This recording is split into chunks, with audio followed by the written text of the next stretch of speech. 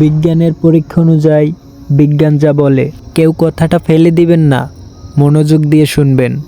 একজন প্রাপ্তবয়স্ক সুস্থ পুরুষ একবার সহবাস করলে যে পরিমাণ বীর্য নির্গত হয় এতে 40 কোটি শুক্রাণু হয়ে থাকে। লজিক অনুসারে মেয়েদের গর্ভে যদি 40 কোটি শুক্রাণু স্থান পেত তাহলে 40 কোটি বাচ্চা বের হতো।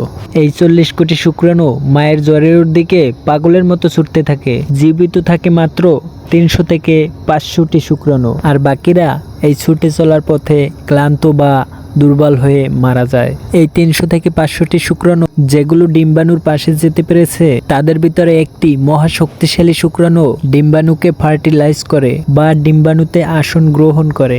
এই ভাগ্যবান শুক্রাণুটি হলো আপনি কিংবা আমি অথবা আমরা সবাই।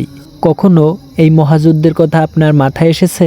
আপনি যখন দৌড় দিয়েছেন তখন ছিল না আপনার চোখ, হাত কিংবা মাথা কিংবা পা, তবুও তো আপনি জিতেছেন।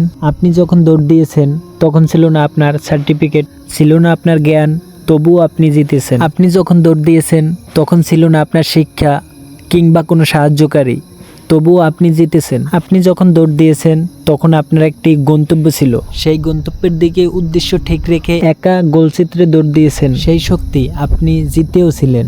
তবে বহু বাচ্চা মায়ের পেটে থেকেই নষ্ট হয়ে যায়, কিন্তু আপনি মারা যাননি। পুরো 10টি মাস আপনি পূর্ণ করতে পেরেছেন। বহু বাচ্চা জন্মের সময় মারা যায় কিন্তু আপনি টিকে ছিলেন। বহু বাচ্চা জন্মের 5 বছরের ভিতরেই মারা যায় কিন্তু আপনি এখনো বেঁচে আছেন। অনেক শিশু অপুষ্টিতে মারা যায় কিন্তু আপনার তেমন কিছুই হয়নি। বড় হওয়ার পথে পৃথিবী থেকে অনেকেই বিদায় নিয়েছে কিন্তু আপনি এখনো বেঁচে আছেন। আর আজ আপনার কিছু একটা হলেই আপনি ঘাবড়ে যান, নিরাশ হয়ে পড়েন। কিন্তু কেন ভাবছেন আপনি হেরে গেছেন? কেন আপনার আত্মবিশ্বাসটা হারিয়ে ফেলেছেন? কেন আপনার বন্ধু বান্ধব, ভাই বোন, সার্টিফিকেট সবই আছে, হাত পা আছে, শিক্ষা আছে, প্ল্যান করার মস্তিষ্ক আছে, সাহায্য করার মানুষও আছে, তবুও আপনি আশা হারিয়ে ফেলেছেন?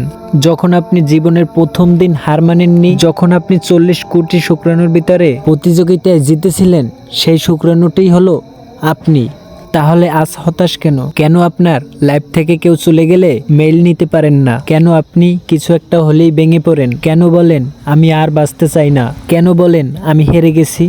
এমন হাজারো কথা তুলে ধরা সম্ভব, কিন্তু আপনি কেন হতাশ হয়ে পড়ে আছেন? আপনি কেন হারবেন? কেন হার মানবেন? আপনি শুরুতে জিতেছেন, আপনি শেষেও জিতবেন, মাঝপথেও আপনি জিতবেন। নিজেকে সময় দিন, আপনার মনটাকে প্রশ্ন করুন কি প্রতিভা আছে আপনার। মনের চাওয়াকে সব সময় মূল্য দিন, দেখবেন আপনি জিততে পারবেন। শুধু নিজের মনের জোর নিয়ে যুদ্ধ করতে থাকুন, দেখবেন একদিন আপনি জিতে যাবেন।